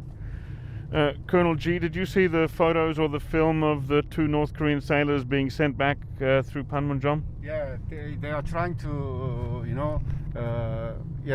definitely that is a sign of refusing going back to North Korea. Maybe they know their future. What do you think the South Korean government should have done? Yeah, in Korea, it's good and bad. When something happens, they can find the solution very quickly. So that is the case. So if that happens, we have to go through the legal process. We have to consider many aspects of that. But with that incident, the decision making is not proper. It does not have any legal guarantee or legal something like that. That's why there is an argument by this current government. I'm very sorry about that. Yeah. I've got a small follow-up question to either of you. Does the UNC commander have any responsibility for letting this happen? Because it's ultimately the UNC controlling this area, right? Yeah, and but the UNC commander has in the past always agreed to repatriations that were agreed to by the two sides, and it does not get involved with the details involving the civilians. Right. So as long as South Korea says we want to send these people, and North Korea says we want to accept these people, the UNC's policy is not to get involved. Well, that's what it was in the past. And I got to believe that the UNC probably didn't understand what was going on until they actually saw it at the time. And there's nothing that you can do at that point. Steve, when we looked at those photographs, you also pointed out to me that while the early photographs of the men taken inside Freedom House show that they are bound, they're tied up with ropes, when they're taken over the military demarcation line inside the JSA, they are no longer bound. Well, that's what it looked like to me. It didn't look like they were tied up anymore outside. And if that was the case, then purpose of that was to make it look more legitimate to the outside world, I would think. Right. Now, Chad, I know that you've been following this case very closely for the last few weeks and that it's close to your heart. Have you got any comments or thoughts about it? Yeah, well, it's a tough one. I think everyone's instant reaction, mine included, especially seeing the photos and the videos, was this is outrageous. It's crazy that it would happen. Chonny Young, the National Security Advisor of the time, he's come out with a lengthy statement explaining his position on it. And while I think many people would disagree with it, he does present a fairly strong case for why South Korea may have done this. I think ultimately for me the most interesting part of this is how it's become a partisan political football, basically, for the new Yoon administration to bash the prior Moon administration. And as anyone listening to this podcast probably knows, this is a phenomena that takes place every 5 years in South Korea when there's a change of left to right political leadership. And it's I think overall it's a pity because we just have this never-ending cycle of recrimination. And let's be honest, all governments probably take steps or actions that are probably outside the bounds of legality. I mean, certainly if we go back to post-2001, George Bush with the renditions and Guantanamo Bay, some probably argue he should have faced justice for that, but we don't have this issue in America with presidents being pursued in this way. And I think it's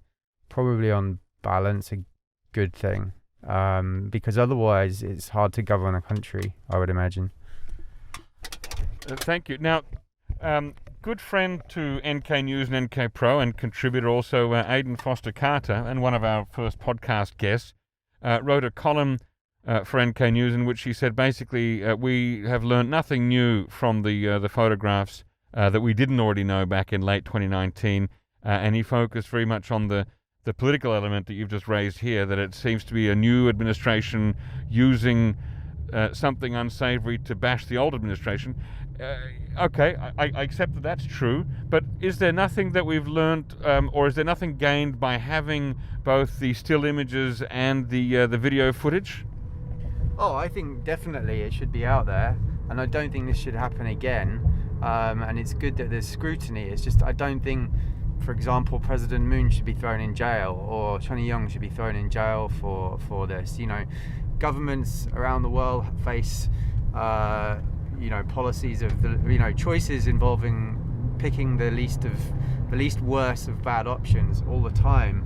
And if you start prosecuting people for making what they interpret to be the least worst choice in the heat of the moment, I just think it's bad for smooth running government in crisis situations. Not that this was a crisis situation, granted, but I think you get what I mean. That being said, I think what I'm disappointed about is that the UN command has not put video out of this. They would have had video from all the security cameras, much higher quality than this mobile phone stuff that we've seen come out.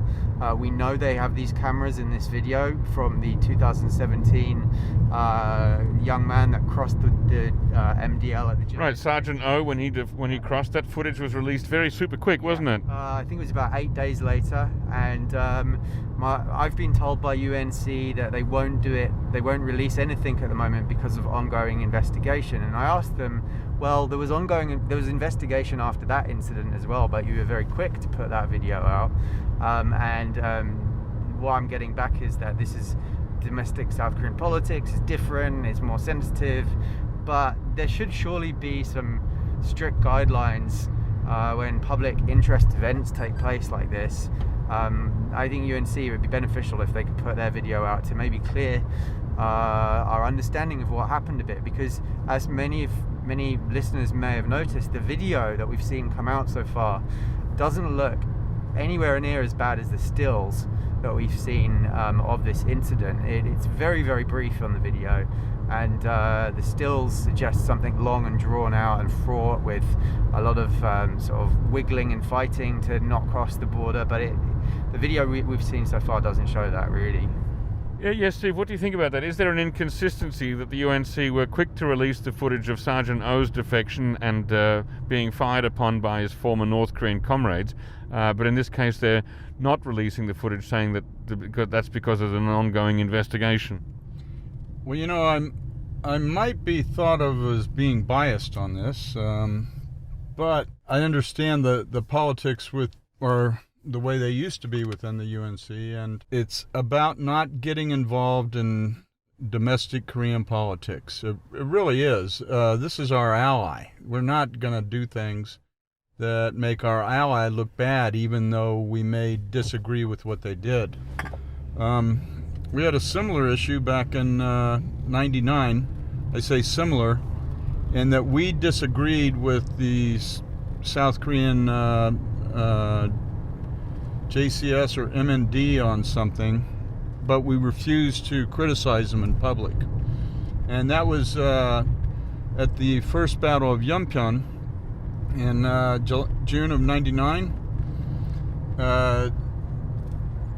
The South Korean military had their boats bumping North Korean boats coming across the NOL, and I don't recall that was something that was in the rules of engagement, but it was clearly making the situation a little more frantic there, and it ultimately led to the big shootout on June 15th, 1999.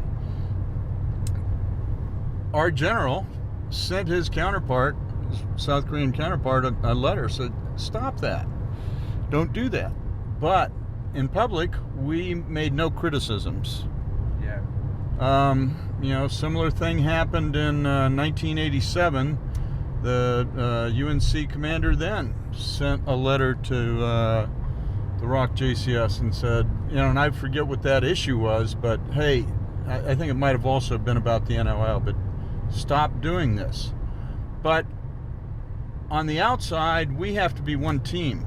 But Mayor, UNC United Nations Command, it's not the US command. So when you say we, isn't that kind of distorting what its role is meant to be? It's meant to be surely an objective international entity that is keeping the peace.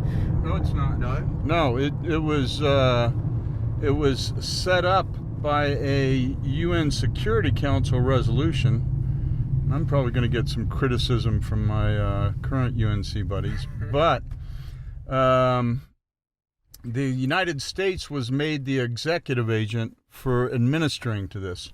So the UNC commander's chain of command does not include anybody in the UN. It's the chairman of the Joint Chiefs, the SecDef, and the president. And so it's the decisions are subject to the U.S. national authority override and approval. So the UN aspect of it is really, where does the funding come from? It's not from United Nations? No. It's funded by the United States. Wow. So the UN name of it is really kind of irrelevant then, I guess. Well, I always laugh when we talk about that. We said, yeah, the UN did that once and has never done it again. No, I see why. This was big power politics in 1950. Right. And the 4 countries. There were 5 countries that had veto power, permanent members, and they were the United States, France, England or Great Britain, the Republic of China and Taiwan, and the Soviet Union. And the Soviet Union had been boycotting the UN Security Council since January 1950 over the failure to seat the People's Republic of China in the China Sea. So without them there, then the U.S. and its allies were able to just kind of put whatever they wanted to through the UN Security Council. And that led to those resolutions, 82, 83, and 84, Right. in late June and early July of 1950. And the last one, 84, it authorized the U.S. or made the U.S. the executive agent and had them appointing a commander. And that executive agent status kind of requires the U.S. to pay the bills. But if it's still under U.S. and command, is there not still in U.S. national interests reason to flag this incident with some evidence? Because both sides, you could argue, have behaved in ways that undermine democratic principles and I guess core values of what the alliance is all about. And on the one side, you've had the Moon Jae-in government sending these people back to their probable death, and on the other side, you've got an administration that's clearly flagging it for political reasons to try and potentially prosecute former officials and continue this cycle that we've just been talking about. And if the UNC, could put the video out there, at least it could, give the public, taxpayers in different countries in the world that are involved in the UNC, some clarity about what this is all about, and hopefully it would lead to this environment not being abused like this. I would defer you to the Secretary of Defense. That's really a high level. Right. The commander here doesn't get involved in local politics.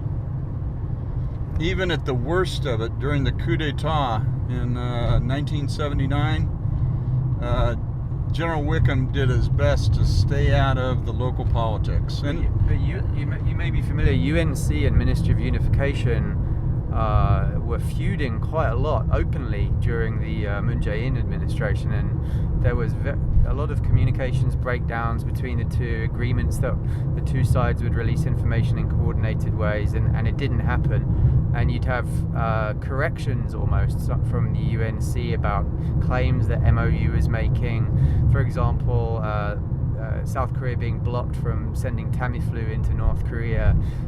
MOU blamed UNC. UNC said there has nothing to do with it. So you could argue that there is a tiptoe into domestic politics with that open kind of dispute that we've seen in the last 5 years. We've had that happen before. The whole time I was at UNCMAC, it seemed like there was some issue on this or that or the other. Yeah. I've talked to some of my buddies from UNCMAC, UNC, and they said, hey, we had this request. We approved it immediately. And so they've, on the UNC website, they've got a chronological record of there of when they received requests, when they approved them. But what the South Korean administration didn't want to do was blame the North Koreans, because right. At the end of the day, it's usually something to do with North Korea that blocks these things. Yeah, I heard the same thing. And so, but we don't go on the offensive. There's sometimes there's a defensive thing, but when I worked there, and I think it's probably the same sentiment, we did nothing that would create friction within the alliance. But surely there's got to be a red line with that. I mean, we 2 people being repatriated, if that became a norm, say that that government had won at the elections, and that had somehow become a norm, and you were getting defectors, high-level political figures being sent back, and there was outcry. I mean, surely if things start slipping in that direction, UNC would couldn't just hold its nose and watch. Well, and maybe it's not, but those things are not going to be discussed in public. Right. Someone might leak it, but they're not going to come out with public declarations like that. Might be a phone call at the 4-star level. Might be a phone call at the presidential level. Mm-hmm. I don't think the previous American president really cared about two fishermen. Right. And he was the guy at the time. That's true. It's national level politics with some of those things. I do think it's, as far as I can recall, it's the first time that living North Koreans have been repatriated seemingly against their will across the line at the JSA. Yeah, it's first time I have heard of that. It's pretty unprecedented, isn't it? And Jacco, what do you think of it? What do I think of it? Well, at the time I thought it was highly troubling. I thought that the short period of time between the arrest of these two men on their boat and then their handing over was much too fast to properly ascertain their bona fides and their actual will. And now that we've seen some photographs and some footage, I'm even more disturbed by it. I don't think that, it's not something that should be repeated. Again, I don't know exactly how things work in the UNC today, but I would be surprised if the decision to release video, UNC video, could be made in this country. Right.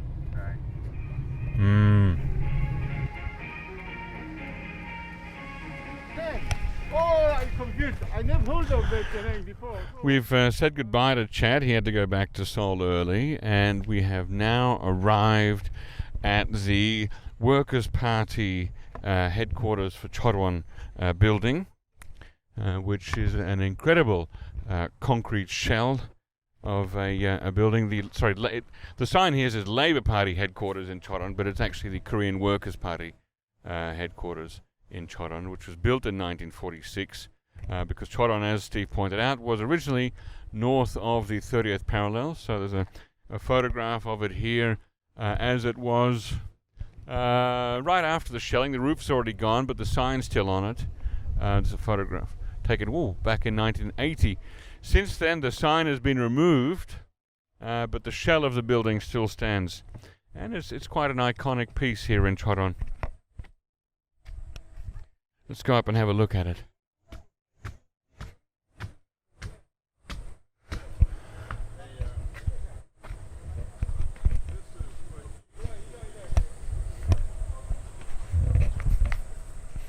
It's very stark, very brutalist, and it's clear that there's been some heavy shelling. Probably tank shells have gone through the walls of this building. In some parts, the building is held up by steel pylons, where the structural parts have been blown out by the tanks. Really something.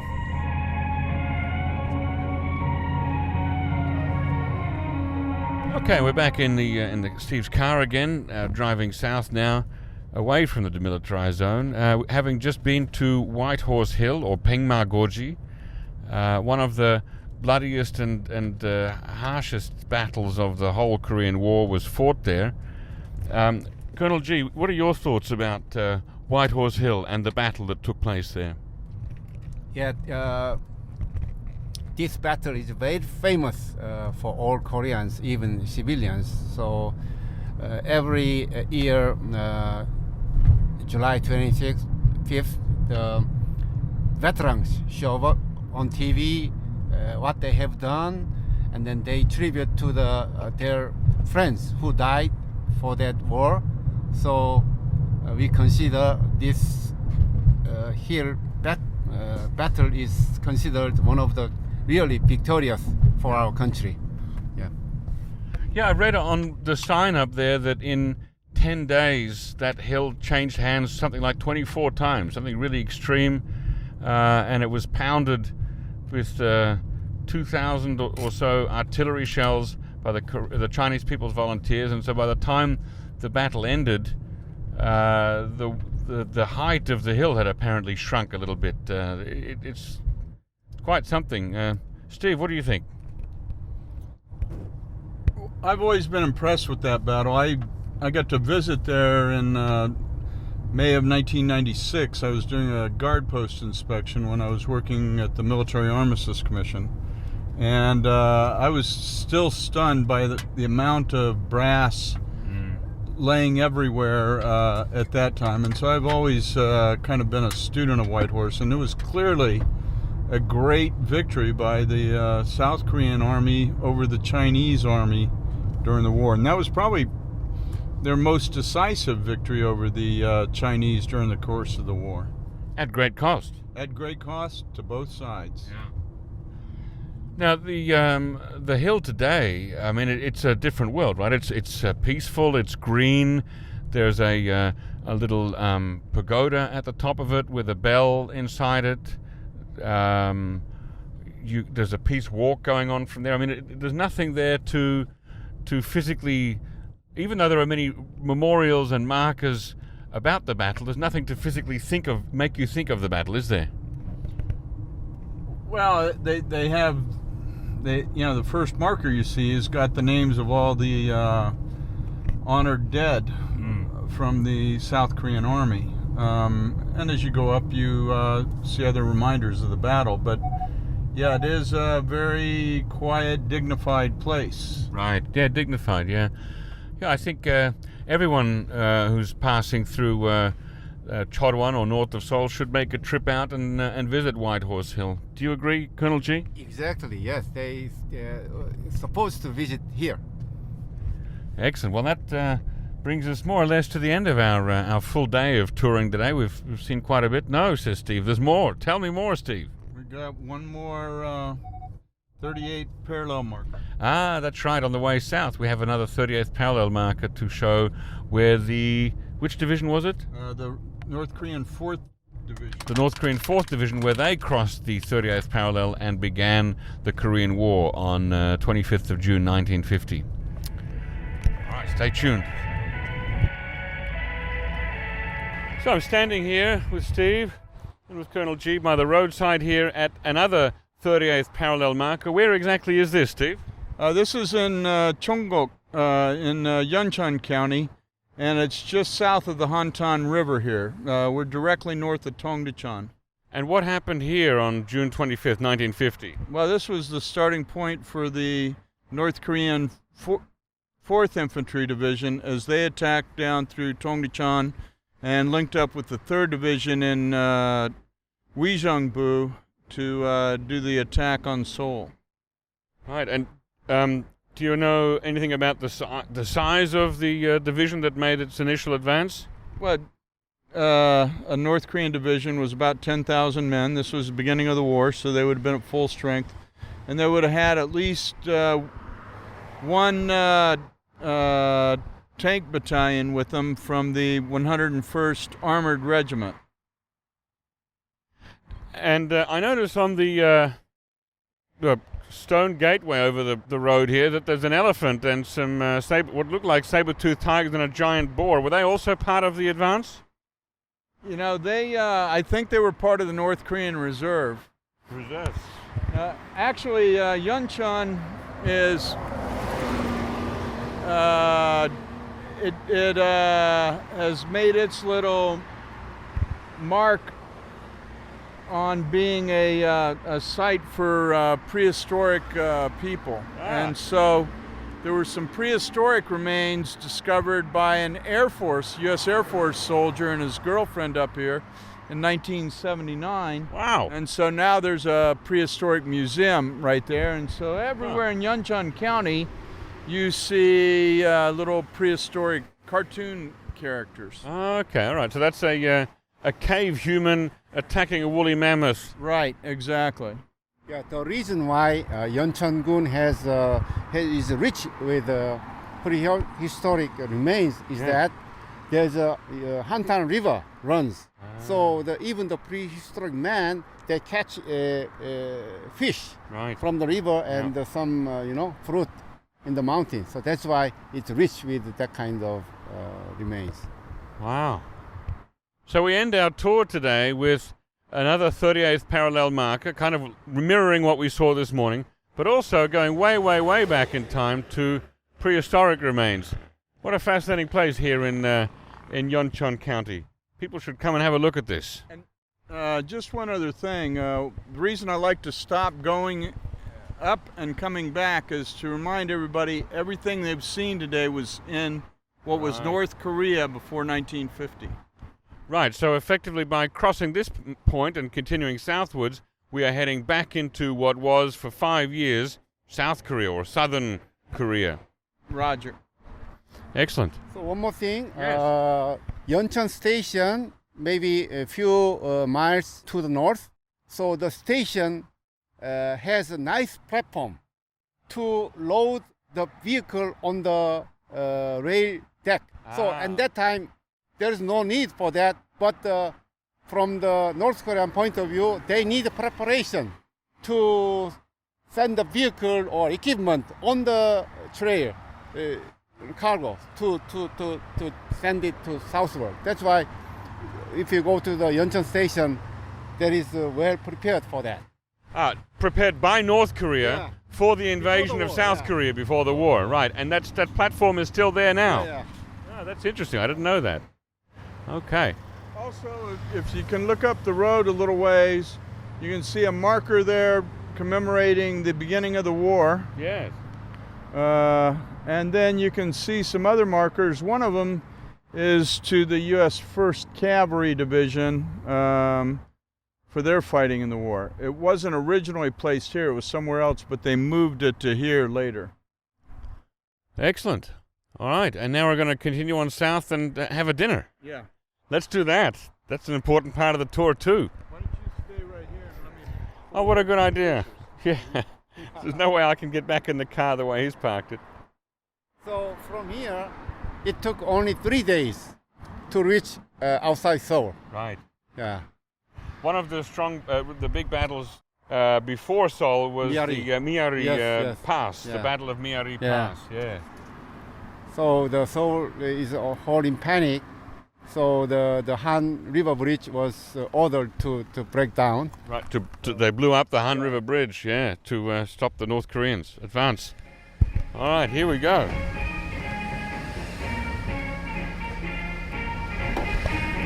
And that brings us to the end of our one-day tour up to Cheorwon, from west to east and back again. And we saw quite a lot. 2 observatories plus White Horse Hill. We almost saw the tunnel, but sadly it was closed. Big thanks to Steve Tharp for being our driver and tour guide on the day, and also thanks to Colonel Jee Hong-ki for providing additional commentary and information from the South Korean perspective.